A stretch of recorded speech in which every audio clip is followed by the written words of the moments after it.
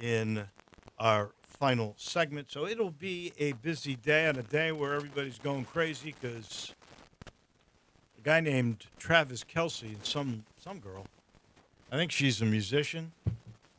She's worth $1.6 billion, I'm told. They got engaged. Everybody's talking about it all over the world. Al Roker had the best line about it. They ought to get married at halftime of the Super Bowl. It would be the greatest. She could do a couple of songs. They get married. Be the biggest ranked television program in the history of all of mankind. That would be the superest of Super Bowls. I'm sure Dennis Philippi will be weighing in on that. So they announced yesterday I think it's either our fifth or sixth class for the Memphis Sports Hall of Fame, which will take place October the 21st at the Renaissance Convention Center. If you haven't ever been to one of these, this is a first class. It really is cool. And it's a great class.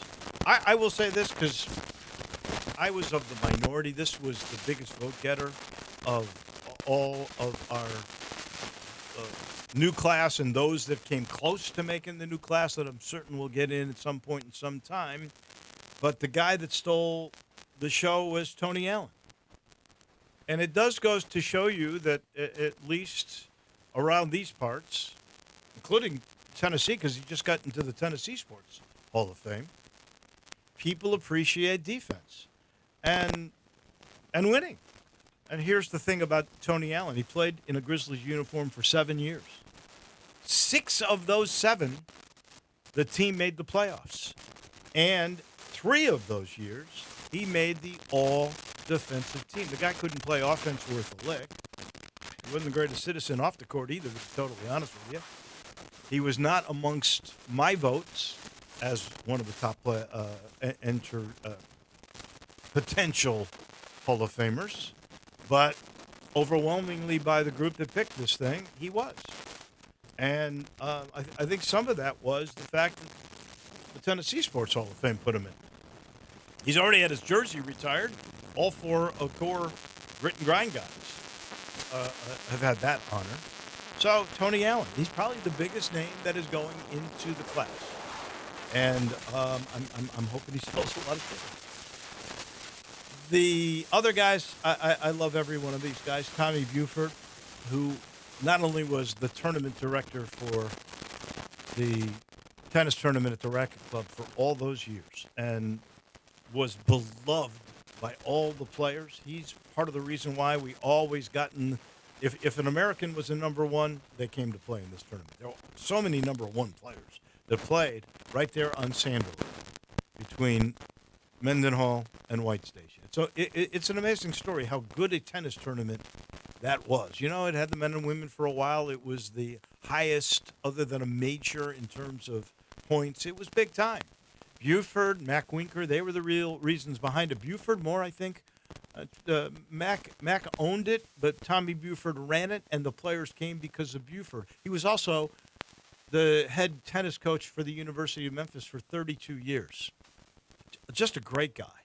Passed away a few years ago, ended his career in Boise because that was God's country.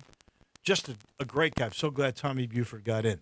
Matt Cain, what can you say about him? He played in 3 World Series, and he pitched a perfect game, a San Francisco Giant. Matt Cain gets in. Fred Horton had 766 wins in high school in a state championship. Bubba Luckett had 706 and a state championship. Those are the 2 high school guys getting in. Joy Lee McNellis, a blessed memory, just passed away this past summer. She did find out before she passed that she had gotten in. I am so grateful for that. The former Memphis women's basketball coach who then went back to her alma mater and coached another 20 years there. She was with Memphis for 12 or 13 years. What a career. She was a great player, by the way, at Southern Miss. Joy Lee McNellis is in. Kerry Yurdy, longtime volleyball coach for not just the Memphis Tigers and other collegiate stops, but I believe it was Briarcrest she coached for many, many years. She gets in. Lucy Weiner, who had, I think, the first of any perfect tens in an NCAA championship gymnastics meet. She gets in. She also was an Olympian for the United States. Curtis Person Sr., who, as far as I know, is probably the greatest amateur golfer that ever walked the courses of Memphis. Curtis Person Sr., had it been his era, he would have been a star on the PGA Tour. And he played a lot, by the way, with Terry Middleton. Same era, but in those days, the pros didn't make that kind of money. Curtis Person Sr., I believe, was in the car business making good money. But he did play amateur tournaments, and he won 149 championships. That's phenomenal. Curtis Person Sr. is in, and then Sputnik Monroe, the wrestler, gets in with the Legacy Award. This is the brainchild of John Stamm and John Ganazzo from the Commercial Appeal, the two historians that really do all the work on getting the research done for all of this. It's amazing what they do, and we all owe them a great deal of debt for coming up with the information that allows us to choose who's in and who's out and makes this thing so special. They chose Sputnik Monroe not just because he was a great wrestler, but he was also a civil rights leader. So Sputnik Monroe gets the Stan Ganazzo Legacy Award. That is the class. I hope you all come. That will take place again October the 21st at the Renaissance Center. It's really classy, a great deal. So please come and become a part of Memphis sports history. Dennis is going to join us in a minute right here in the Family Leisure Studios. You can help clear out the warehouse. That's the sale. And they're making things move because they're bringing in the fall stuff. After Labor Day, it's fall, right? Isn't that what we always thought? So let's get rid of this stuff, bring in the fall, which means you can get patio furniture 60% off. You can get a 4-piece deep seating set under $1,000. You can get a chaise lounge. Who only buys one? Of course, you're going to buy 2, 3, or 4. Buy one, the second one's half off. You've got Pollywood furniture that's 20 to 30% off. That's the newest of the materials. They got the free umbrella. If you buy a table, you get that big umbrella for free. Those are expensive. That's a good deal, too. And there's special financing available. All you got to do is get over to I-40 and Wooden Road and see our friends at Family Leisure. All of a sudden, it's Dennis time. I don't think Landon knows we've got a voice or so. I'll say it's time for Dennis on Dave. Dennis on Dave. Very nice. You're up. I always loved interviewing Joy Lee. Joy Lee was one of those interviews where you just had to ask one question and then she would just start talking. Yes. And you didn't have to do it. You didn't have to lift a finger. It was like Joe Theismann. Have you ever interviewed Theismann? Oh, yeah. Just one question. He's going to start talking. And then you go, thank you very much for being here. That was the entire interview. And Calipari was the same way. But here's the difference. Calipari answered so many questions with questions. Here's the difference. They would answer your question. Right. He would decide to go in his own direction. He would talk about whatever he felt like talking about. What did you think about Willie Kemp? Oh, man. Willie? Really, I thought Burks was the story here. And, then he would go on and do whatever he wanted to. I think I interviewed him 3 times, and it just drove me crazy. He answered every question with a question. It was like, Cal, I'm the one asking the questions. That's how this works. Of course, I didn't call him Cal. So, yeah, Travis Kelce and Taylor Swift are engaged. Everybody's talking about it. The prenup is going to be thicker than the Chiefs' playbook. But and I think I have the same take on this that everybody does. If this goes south, it's going to suck to be Travis Kelce. Because Taylor Swift... Whoa. It's never going to suck to be him. Dude. Do you know how much his net worth is? This is not about money. He's already worth $30 million. This is not about money. This is about Taylor Swift being a wee bit vindictive. She has name-checked every one of her ex-boyfriends in songs, and her fans are lunatics. So if she says hate him, an entire country of women hates him. So I hope the best for him. I'm not worried about him. I promise you. I'm not worried about either. They're both going to be fine. I hope they're very happy. I don't understand why sports people get bent out of shape about Taylor Swift being on the landscape of sports. I think she's great. She's very talented. I'm not a music guy, and I'm not here's a the fan. thing that strikes me about her. For all her fame, her success, her good looks, and wealth, She seems to be pretty level-headed. Yeah, she seems like a perfectly nice person. And he, I don't know, he's gotten a little bit more show businessy than I generally like my athletes, but he seems to be a good guy. They seem like the good two people. brothers are pretty savvy. Absolutely. Yeah. All right, this time of year, we had this conversation last year. This conversation happens every year during preseason football because guys are getting hurt in meaningless football games. They get carted off the preseason game. Everybody says, what a shame. People like us go, technically, I don't know that a preseason game is really necessary. Maybe they can cut it back to 2. But here's the thing. As we talked about last year, the owners aren't paying the players yet. They're getting a per diem. They're not getting a game check for these preseason games. This is free money for the owners. They don't care if these guys get hurt because mainly it's guys who probably weren't going to make the roster anyway. Here's where they'll make that money up. The players? The players are going to get more money if they add another game. That's part of the enticement with the Players Association to agree to it. The owners aren't going to lose on it because the owners are going to get another game that the NFL will pay full price for. They don't pay full price for the exhibition. No, but they're getting money and they're not spending money because they're not paying the players. Nobody's getting a game check yet, and so every year we're like, it's so terrible when somebody gets hurt in the preseason. The owners don't care because they're making jack. Dennis, they're going to play 18 regular season games within the next 2 years. Oh, yeah, absolutely. No question about it. Alec Baum, the third baseman for the Phillies, did you see this? He hit into a routine double play, and he's out. And then he made a big stink that caused a 19-minute delay in the game. He was complaining about a parabolic microphone that was in the outfield in Philadelphia. He was distracted by this parabolic microphone that was out in the outfield. How could he tell? I guess he could see. You could see it. It was perfectly visible. It's a big plastic dish. He could see it, and he complained about it. It caused a 19-minute delay in the game while they came out and they pulled down this parabolic mic and took it out of center field. He was roasted on the Phillies' own postgame show. Good. Because that parabolic microphone has been there for every game since 2017. It's been there for 8 years. And Baum just decided this was the game. He was going to bitch about it. It caused a 19-minute delay. It's the reason he hit into a double play. Yeah, that's what it was. That was what was responsible. Cal Raleigh continues to have an incredible season for the Mariners. Love it. He just joined Mickey Mantle as only the second switch hitter to have 50 home runs in a season. I saw that myself. I didn't realize that till they said it. That's hard to believe. Only 2 switch hitters have had that kind of power. Mickey and Cal Raleigh from out of nowhere. He's also only the 8th player to reach the 50 home run mark in August. He's the first player to ever notch at least 20 from each side of the plate in a season. And he, of course, won the home run derby, all while having the worst nickname in sports, the Big Thumper. I love it. You don't like the Big Thumper? It's because he's got a big ass. What a distasteful nickname. Did you see the Little League World Series guy who was the Little Thumper? No. It was built just like him. I love it. You'll be shocked to learn that I don't watch the Little League World Series. Boy, you're missing something, buddy. No, it was compelling. Oh, no. God, that's how slow a stretch it has been that ESPN is showing that on television. I watched it.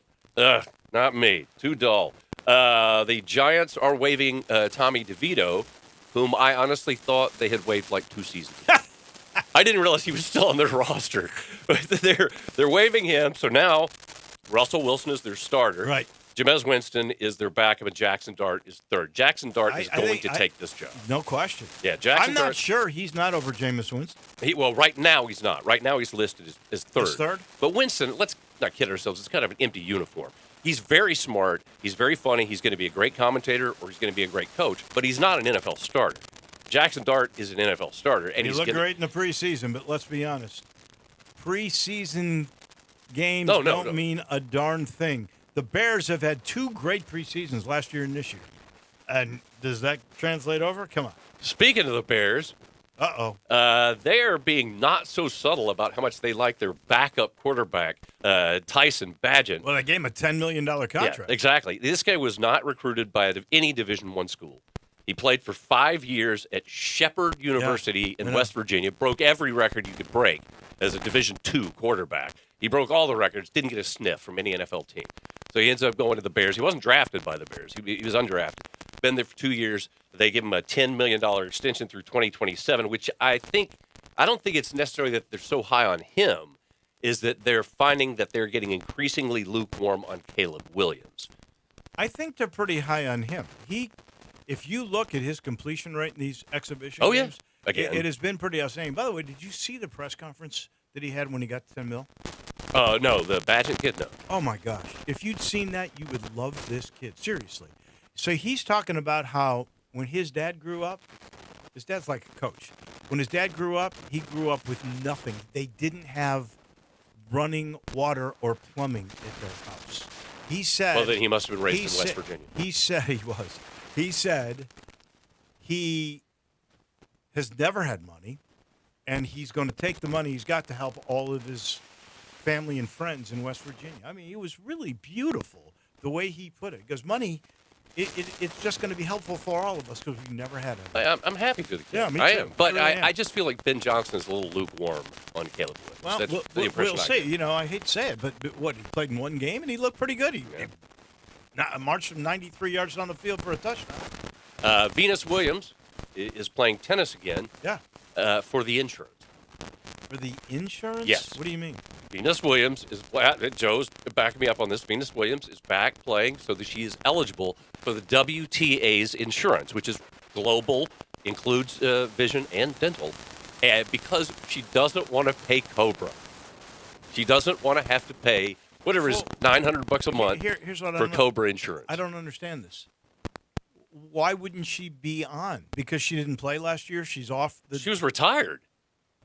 Ah. So you don't get insurance from the WTA once you're retired. She was retired, but now she's come back because she doesn't want to pay Cobra. She's earned $42 million as a tennis player. And think about endorsements and other businesses. She's got to be worth over $100 million. Right.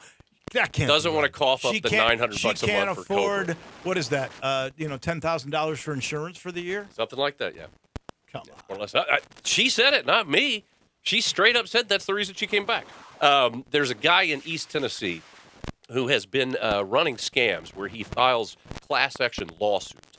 And he's been using dead or long retired baseball players' names. Really? Yeah. And he's going to. Like where in East Tennessee? What is it? Shoot, I had it. It's Johnson City? Morristown. I think. Morristown, okay. Morristown. He has a 91 count indictment against Wow. him for using these deceased baseball players' names. And the man's given name is George Herman Ruth. No way. I absolutely swear that is his actual birth name is George Herman Ruth. Same name as Babe Ruth. So this babe is a fraud. And he just decided, I got a funny name. I'm named after a dead baseball player. Maybe I could drag a bunch of other dead baseball players into this and see if I could make a buck. How did the scheme work? So he you know? As far as I understand, he would file these phony class action suits, and he would get a cut of the action. And he spent most of it going to like Indian casinos and Vegas Oh my and gosh. stuff. The Bucks did cut Shiloh Sanders, Yeah. Shador's brother. Well, he took a swing at a guy, even though that guy was a little out of bounds himself with the way he kept blocking out of play. Tight end. I don't think nobody really thought he was ever going to make much of a stink. Shador, of course, is now third on the depth chart with the Browns. They traded Kenny Pickens to the Right. Raiders, so he is behind Dylan Gabriel. Shador is going to get playing time because Joe Flacco is 40 and the Browns O-line sucks. Flacco's going to get knocked out in the first 3 games. Then they're going to send in Dylan Gabriel, who's tiny. He's going to get knocked out, and Shador's going to end up, by default, getting some playing time. And then for they're the going to Browns. regret that they traded Kenny Pickett. Did you see Shador's last game? He got sacked 5 times in a limited amount of time. Yeah. He's at least a big kid. yeah. And he's young. He can take the hits. We talked about this briefly before the show started. Coco Gauff won her first-round match at the U.S. Open. She double faulted 10 times I know. in the match because she's working on a new serve. Is going into the U.S. Open the best time to start working on a new serve? When you got knocked out of Wimbledon in the first round and you have been knocked out of several tournaments because you can't serve the ball, and by the way, she had to go down like 30 miles an hour just to get it in. Then why wasn't she working on it 2 months ago? Why has she been, in her words, working on a new serve for 6 days? Something happened Why to her. wait until the U.S. Open to do this? This is like a quarterback deciding right before the Super Bowl, I'm going to go with a 3-step drop instead of a 5-step drop. Or this is like right before the NBA Finals, Luka Doncic going, I think I'm going to try playing with my back to the basket. This is not the time to experiment with a new serve. Well, she won the French Open. Yes. And since then, she just can't serve. She fired her coach, which, by the way, that's the second coach she's fired in like 2 years. She had Brad Gilbert, too. And she's brought in these guys. One helped Sabalenka become a pretty good And when he was guy. coaching Sabalenka, she led the WTA in double faults. Yeah, but he fixed her serve. So it took a while to turn it around. Yeah, well. This just seems like a really questionable time Yeah. to decide to do this. And, of course, Brian Schottenheimer, the inexplicable head coach of the Cowboys, spent time in his press conference talking about Micah Parsons like Parsons is a 5-year-old. And this is not the way to treat Micah Parsons. Oh, poor Micah. Now he's got a bad back. His MRI was perfectly clean. He is cleared to play. He won't be playing for the Cowboys. Big Jones isn't even negotiating with him. No, Jerry Jones is blaming his agent. Oh, he's already and won't said even he talk to him. negotiated the deal. And I guess he just thinks he's fantasizing that Micah will just suddenly go, you're right. I'll do that. Whatever you want, Jerry. There's one It's a elite. mess. There's one elite player on the Cowboys, and he's the one that wants out. It's a mess. Dennis, as always, we appreciate it. We got a lot to talk in terms of Big show. business. Joe Dank in the house. He's been AWOL for a few weeks. We talk the business of sports. I got this new thing I got to ask him right off the bat. You see what happened with Cracker Barrel? This is right up your cultural. Yes, I saw what. This is the greatest marketing thing. They gotten all this free publicity. Their stock has surged, all because they made a mistake and they made the most of it. We'll talk with Joe. What I'd like is to not wait 45 minutes for my eggs at Cracker Barrel. I'm happy that you keep going to Cracker Barrel. I don't care about their logo. I don't either. But people do. We'll talk about that in just a minute. Start your day with Sports 56 Mornings with Greg Gaston and Eli Savoy.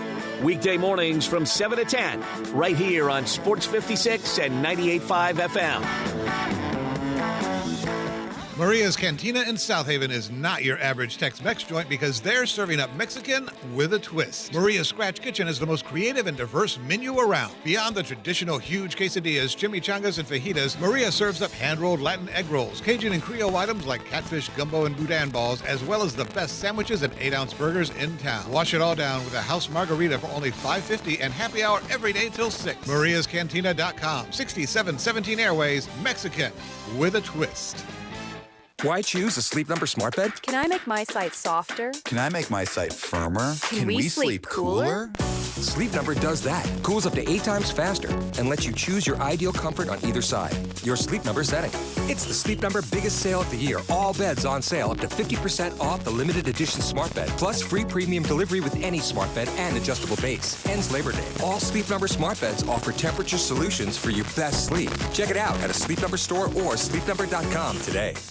Everywhere I go, I take my laptop with me, and I happen to be coming through Memphis. We had a big show that night, and I just recorded a gem of a song on my laptop. And when you know, the whole thing crashes. I lost this brand new song, and of course I didn't remember it because I was blackout drunk. So I heard about Cooper Systems. I took my computer over to Cooper Systems. They were able to save everything. All the live footage, all the work I have done. I tell you, Lee and Lauren Cooper are the best at saving computers. So if your computer crashes, don't fret, my love. Go to Cooper Systems. You can find them on the web at coopersystems.com or call them at 360-9679. I tell you what, Lee, Lauren, and I are going to party like rock stars tonight because I owe them $1 million. But they don't charge $1 million there, mate. And you know what? They even have new and used computers there too. So if you need to get your little ladder computer, hop in there and get you a used computer. If you need to upgrade your Apple or get you a brand new HP or something along those lines, coopersystems.com. I tell you what, I'll be back in Memphis again. And when I do, I'll go see Lee and Lauren at Cooper Systems.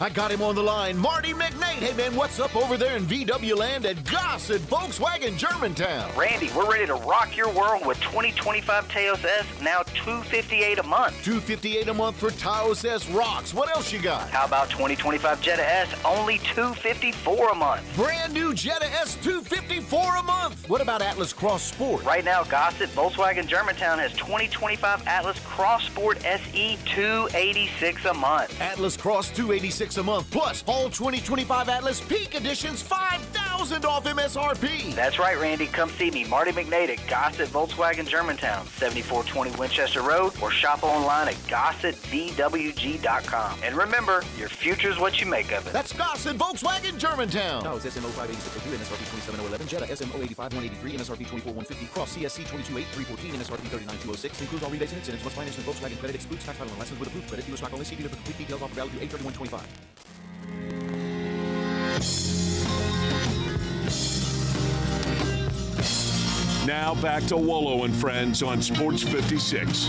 Here once again is the voice of the Tigers, Dave Woloshin.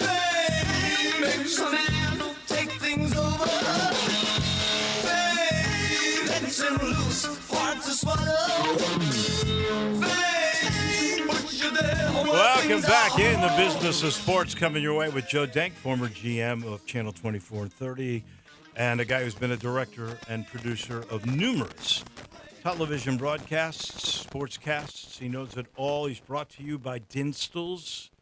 I warned you, but now it's official. It's your last week for strawberries. If you love the strawberries, and nobody does it like Dinstall's, because they take only the freshest of strawberries. So it starts like in Louisiana in the spring, right? And then it goes all the way to fall. Now all of the fresh strawberries are gone after fall. And they've moved to Florida and Georgia and all these other places to get only the freshest of strawberries. Then they've got this fondant. Nobody knows what's in it, but it breaks down the strawberry and makes it more juicy. And then they enrobe it in chocolate. It's their world-famous chocolate. How can you beat that? But the problem is it comes to an end with football season. Oh, the good news is you got football. But you lose Dinstall strawberries, so get there while you can. This is the last week for those great strawberries where you can get them. Laurelwood, my neck of the woods, in the burbs, in Germantown and Collierville, downtown, in right on Main Street. You can go get your strawberries there, or you can get them where they make them. That is on Pleasant View. Dinstall's. The strawberry season is coming to an end. But the business of sports always continues. And Joe Denk, where the heck have you been? You been around the world? No, just around, spent some time in Wisconsin for a couple of weeks. Yeah. Good time. Writing a book, correct? That's right. All right. Can't wait for... We're going to talk about your book one of these days. We'll get to that, but we're busy. So here's what I want to know. This Cracker Barrel thing kind of reminds me of a few years ago with Coca-Cola. Coca-Cola, inexplicably, this might be 30 years ago, I might be making that up. They decided they were going to change their formula for their Coke. And I don't know if it was supposed to be sweeter or whatever it was going to be, and people went nuts. And it was a big mistake, so they had to bring it back, and their marketing campaign back was Coca-Cola Classic, which was the original Coca-Cola. Right. And it spiked sales and everything else. So here's Cracker Barrel. Look, there's a reason they did this. They were trying to get a younger crowd. Most of the Cracker Barrel people, they're older people. And outrage! They were changing the logo. They took Uncle Herschel, I think is who his name is. They took him off. They took the Cracker Barrel itself off. And they didn't change the menu, but people went nuts. And their stock plunged. Well, now they announced they're bringing it back. Their stock went up 5% yesterday. That's the greatest. You admit your mistake, go back to what you are, get all this free publicity. They've been on every news channel, every network talking about this. You can't tell me this is not a great mistake.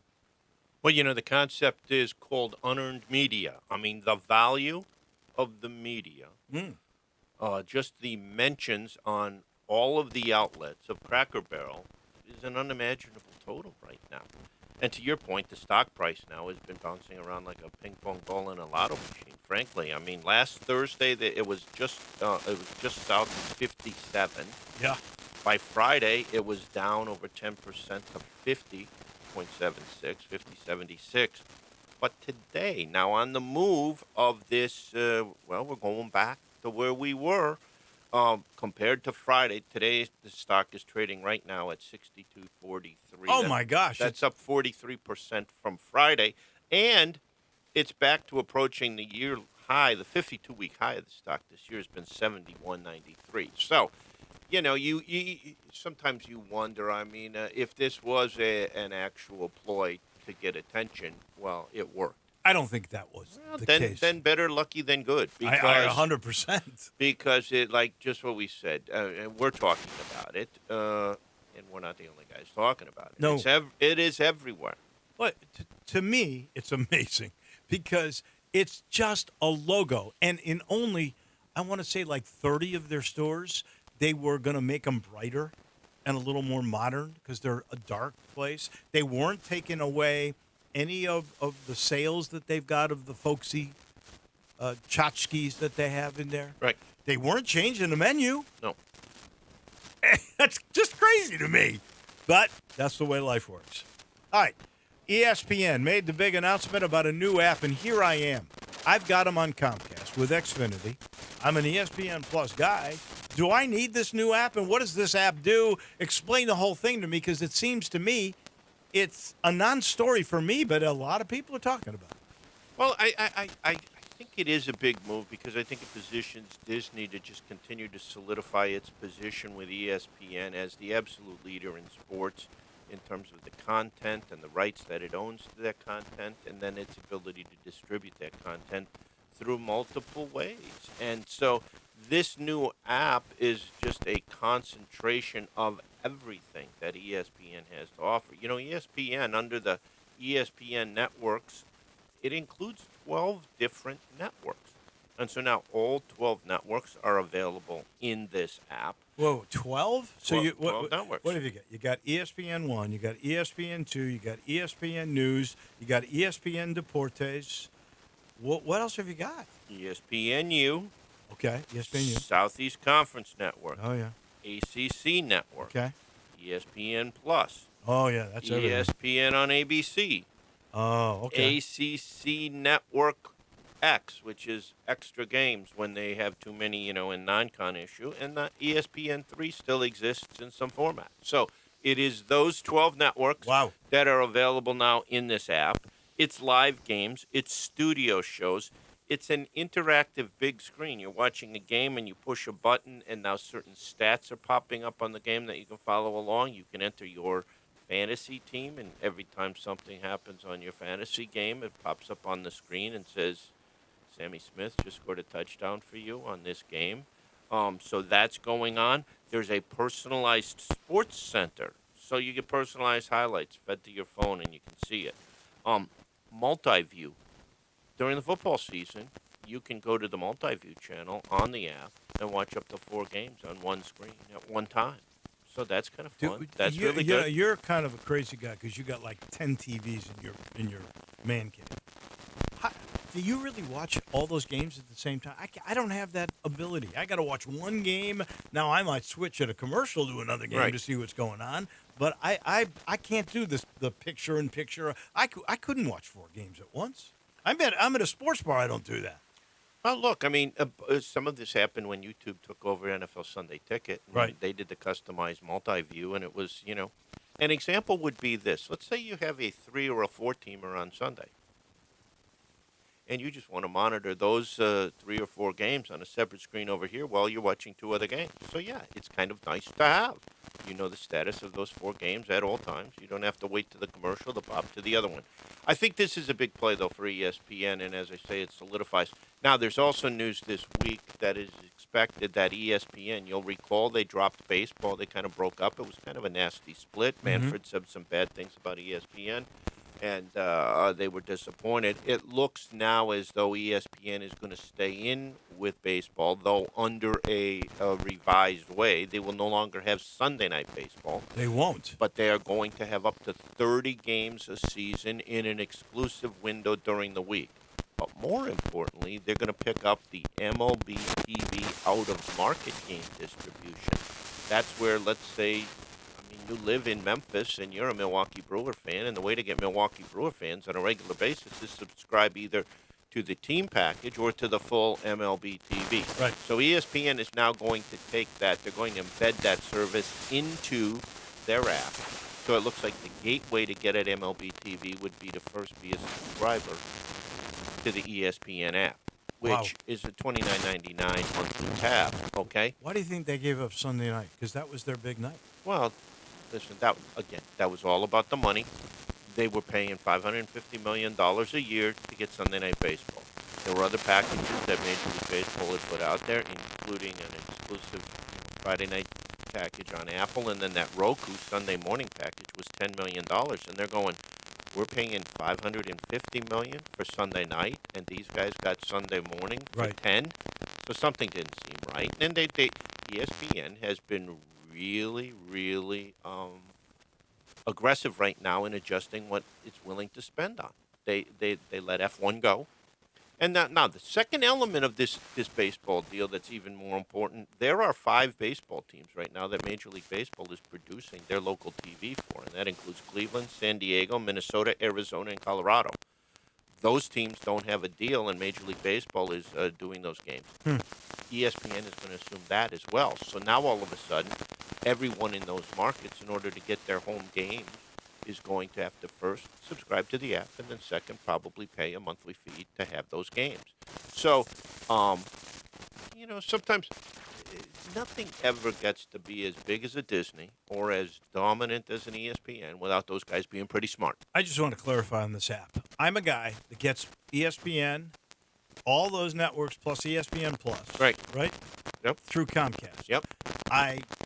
Because I'm ESPN Plus, like the exclusive writing stuff on the website, because ESPN's my main sports website, I get that already. I don't need that, do I? You don't need that app, but we just talked about some of the enhanced features on the app. Now, remember this, and here's an important distinction, especially for a guy like you, or in my case, we share that because we are an Xfinity subscriber, so we are already paying an ESPN fee. Right. So when you attempt to sign in to the ESPN app and gain access to all of these new features, you simply have to authenticate by saying you're an Xfinity subscriber, and you go through the on-screen things, and you get cleared, and it all comes through.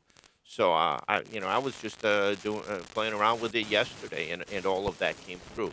And we both are ESPN Plus subscribers, primarily to get at American Conference content. And we're paying extra for that anyway. And that remains. But you were in place for that. But you can now gain if you have a cable type subscription, a direct subscription. In other words, if you're paying for a platform that includes ESPN, you can authenticate access to the ESPN app. You're not paying that extra. Now, if you're not a subscriber to a cable platform, a cord cutter or a cord member, and that's an increasing category. There is a whole generation of people coming behind us who've never been there. Now you can pick that up. And there is a deal that they're going to bundle the new Fox One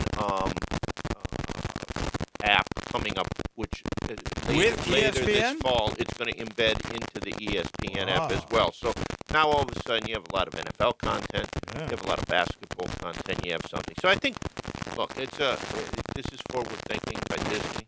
This is a big deal, and they dropped something that they weren't in love with necessarily, and that's something much better in terms of baseball move. So, you can look at them with nothing but maybe some respect and awe. They're nothing trying else. to figure out every way they can to continue to have revenue streams without the cable. That's my guess. All right, real quick. You did a breakdown. PGA earnings, live earnings. Which was the more lucrative of the tours this year for the guys? Well, so look, Scheffler obviously had another great season, and his earnings this year, just from prize winning, was $26.6 million on the PGA Tour. The top 5 on the tour was Scheffler at just under 30. Fleetwood, because of the big win last weekend, moved to 18.5. That put him ahead of McIlroy, who won $17 million this year. Russell Henry won $14.6 million, and J.J. Swan won $12.9. But the tour, in response to the existence of LIV, reconfigured how it paid guys, created all these additional bonus pools and everything else. So when you put the bonus pools back in,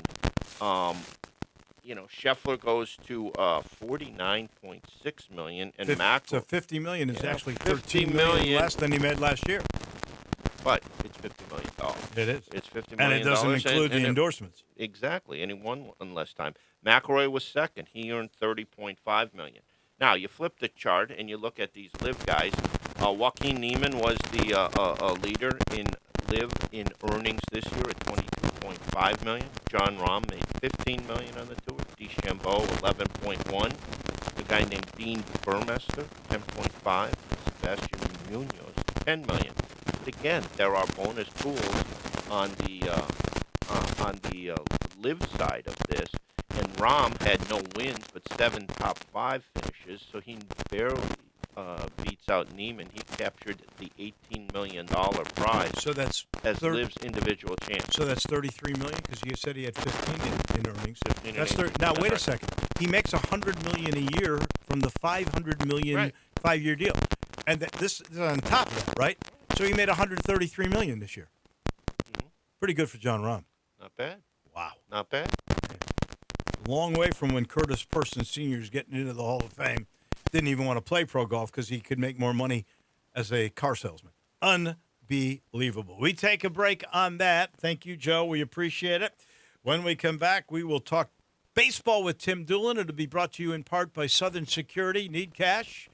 You can get an auto loan refinance, have no payment for 60 days, and they'll finance up to 115% of the current value of your vehicle for 72 months. That's what they do at Southern Security, the #1 credit union in Memphis the last 6 years. To find out how you can put more cash in your pocket, call a service team member at 901-452-7900 or go to the website, southernsecurity.org. They are proud supporters of the U of M and 901 Women. Southern Security, your home team credit union, federally insured by NCUA. Baseball's up next. It's on deck, you could say, on Wolo and Friends.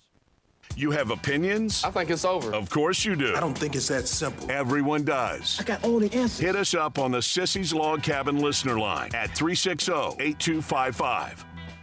Everything today is technologically based. Well, except maybe you. If you're struggling with tech, no matter what kind, call Tech For You. Tech For You for TVs, home theaters, cameras, smart locks, digital storage, and more. Tech For You makes it simple and affordable. Call 697-9695. Make your home safe, comfortable, and up to date with Tech For You. Stop struggling with tech. Call 697-9695. Veteran-owned and operated Tech For You. Technology simplified. Get travel ready in your new Mitsubishi from Gossett Mitsubishi on the Pike. 2024 Mitsubishi Mirage, car and driver's best. Buy for $16,425, gets 39 MPG. 2025 Mitsubishi Outlander, we Gossett, $31,105 or $399 per month. More head and leg room plus longer warranty and lower price than Toyota RAV4. 2025 Mitsubishi Outlander PHEV plug-in hybrid. Combined range 420 miles, better warranty, more electric range on full charge than a Toyota RAV4. Outlander PHEV $39,115 or sign and drive for $396 a month. Plus peace of mind with 10-year 100,000-mile powertrain limited warranty. That's Gossett Mitsubishi, 1870 Covington Pike. Online MemphisMitsubishi.com. If you want it, we Gossett and Gossett Motor Cars. Outlander issue 32343, MSRP 36105, PHEV SC 00816, MSRP 42615, Mirage RHO 378 839, includes all rebates and incentives. CF 895 includes tax title and license. See dealer for complete details. Offer valid through end of the month with approved credit dealer stock only. Looking for sports in all the wrong places? Try the Owner's Box Sports Bar and Grill in Lakeland's Town Square. Fun, exciting, friendly, and comfortable with wall-to-wall TVs. 24 taps for all your beers, including $3 domestic and $5 craft pints on Mondays. Monday through Friday, 3 to 6 happy hour. Music bingo Tuesdays. Daily specials and online ordering. The Owner's Box Sports Bar and Grill in Lakeland's Town Square. Highway 70. Check Facebook for daily specials and weekend music at the Owner's Box. Hey everybody, if you're ready for an all-new Silverado, All-Star Chevy right here in Olive Branch has financing as low as 0% and thousands in savings. It's All-Star Chevy's end of summer sale. Thousands off MSRP on everything you're looking for. Tahoes, Suburbans, Traverses, more new Silverados than you'll find anywhere. Choose a new 2026 Silverado or Trailblazer and make no payments for 90 days of fall. And your good credit deserves it. Teachers, military, law enforcement, and all first responders get an extra $500 bonus. And every pre-owned or certified pre-owned Chevy is here for you to test drive today. This is the best week to get the most money for any vehicle you want to sell. Bring it to All-Star Chevy in Olive Branch and get a big check today. Not tomorrow. Today. Tailgating or fall road trips, let's go. Don't miss the end of summer sale at All-Star Chevy in Olive Branch or go to allstarautogroup.com. Together, let's drive. Now back to Wolo and Friends on Sports 56. Here once again is the voice of the Tigers, Dave Woloshin.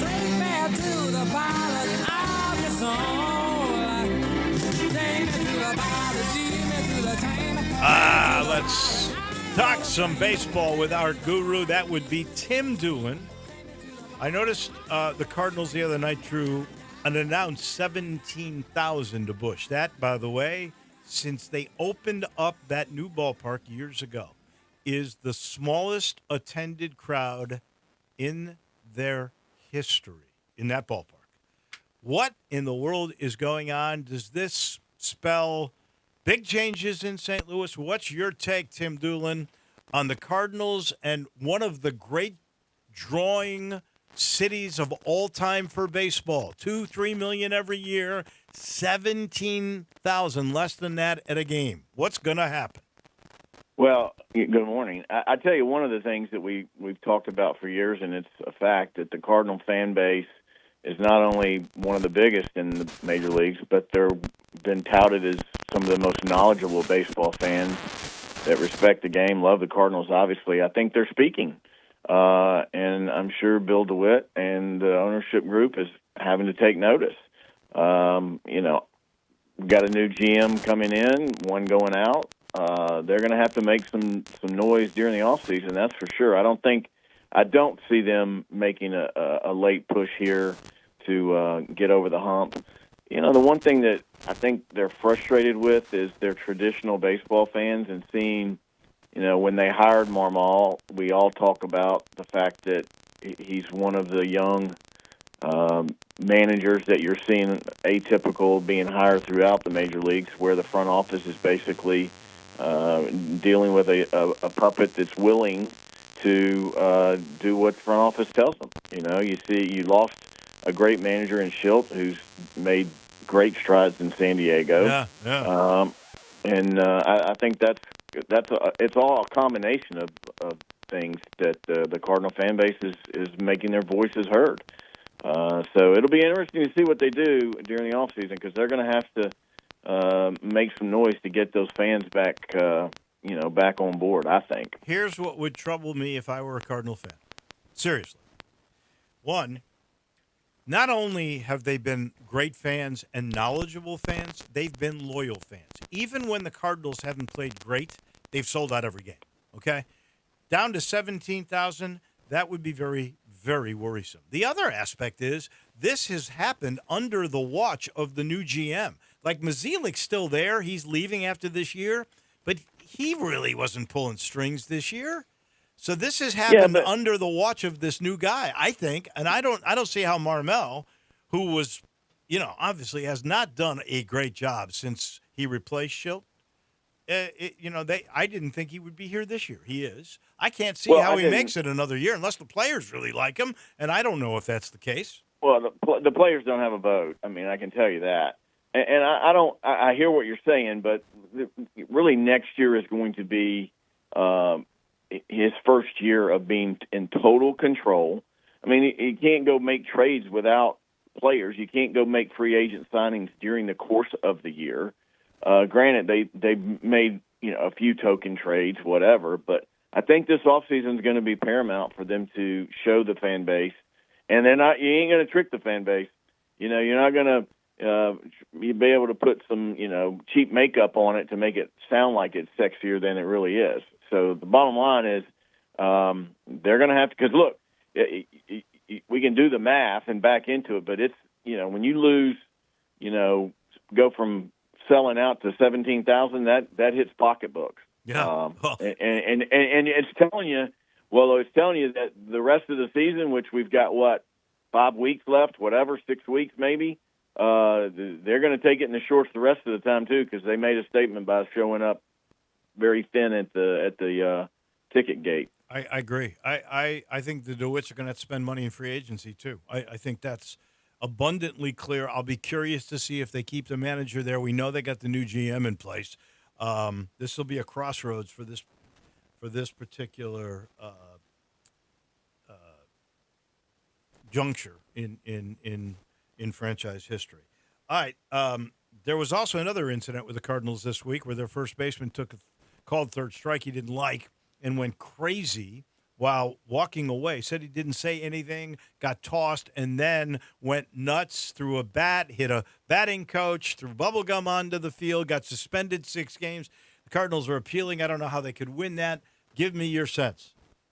Well, I think that everything that we're talking about, players are aware that fans aren't showing up. Players are aware that there's probably tension in the clubhouse, in the front office. So I think it's just a culmination of some players get frustrated and they lose it, and that's exactly what you saw there. I mean, he didn't choose to go in the dugout and beat up the garbage can or the water cooler. He chose to do it on the field. So it's unfortunate, but I think it just adds to the misery that the Cardinals are going to experience over the next 5 or 6 weeks. You think it gets lowered from 6 games? I don't know.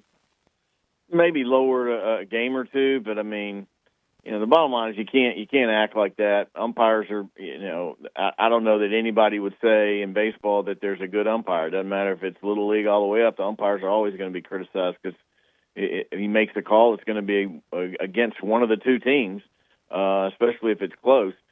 Some umpires handle it differently, and they know when they're missing, so they give a little bit longer leash, or they put some cotton in their ears and don't acknowledge the fact that they've made mistakes. But at the end of the day, the players shouldn't act like that. All right. The teams are now starting to try to gain momentum. Down the stretch we come, final third of the year, really final quarter of the year. And favorites like the Dodgers and the Yankees struggling. What have they got to do? Let's start with the Dodgers, and then I'll ask you about Milwaukee in control, the Cubs, the Mets, Detroit, and Toronto.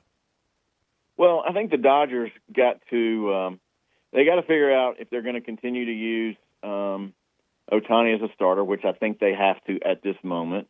They've got a rookie right-handed sensation that's coming off his third rehab start, Roki Sasaki, that's doing well. They're going to need him to come back and impact the club. They just had another reliever go on the DL or pull an oblique, so he's probably going to be at least on the 7-day. So, again, it's kind of careful what you wish for with all these teams, Wolo. They all have decided to use their pitching staff and rotation in a go out, throw as hard as you can for as long as you can, and if you go down, next man up.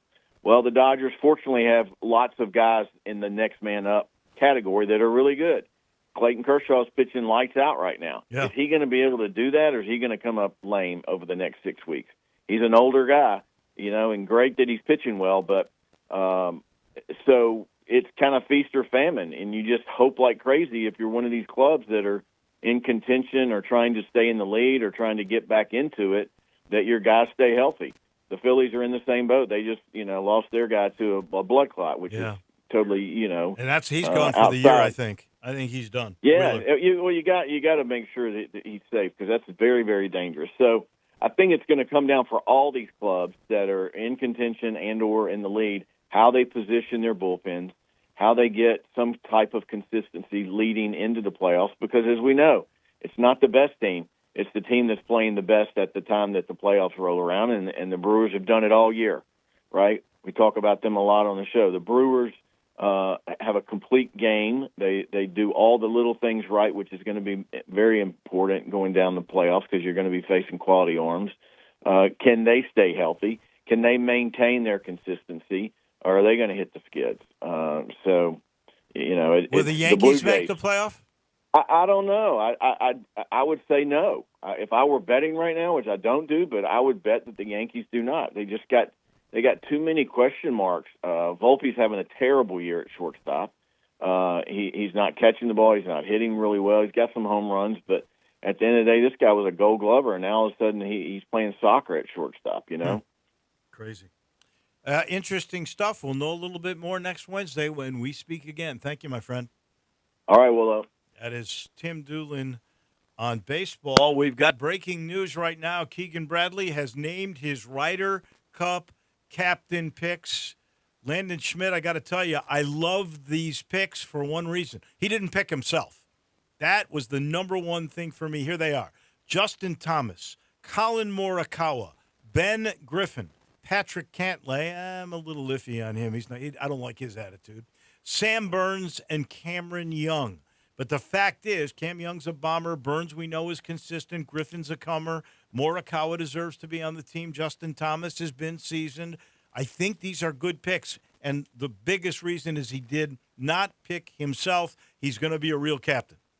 Yeah, absolutely. I agree. And when I heard Ben Griffin joined the team, I was really happy because he's played the best golf this year. I think he really deserved a spot. One thing I was a little surprised about him is he does not have great distance, but he has a great short game and great mid-irons.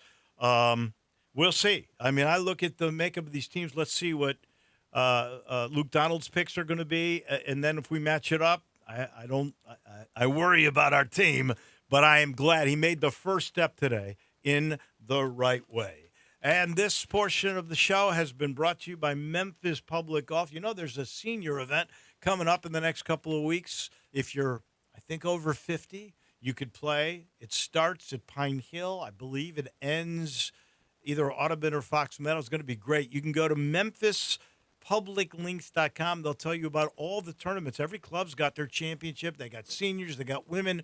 This is the way where you can really find out all the info. It's a great website. And, of course, all these golf courses are in terrific shape. I promise you, you can match them up with country clubs. Galloway, you can match up Audubon.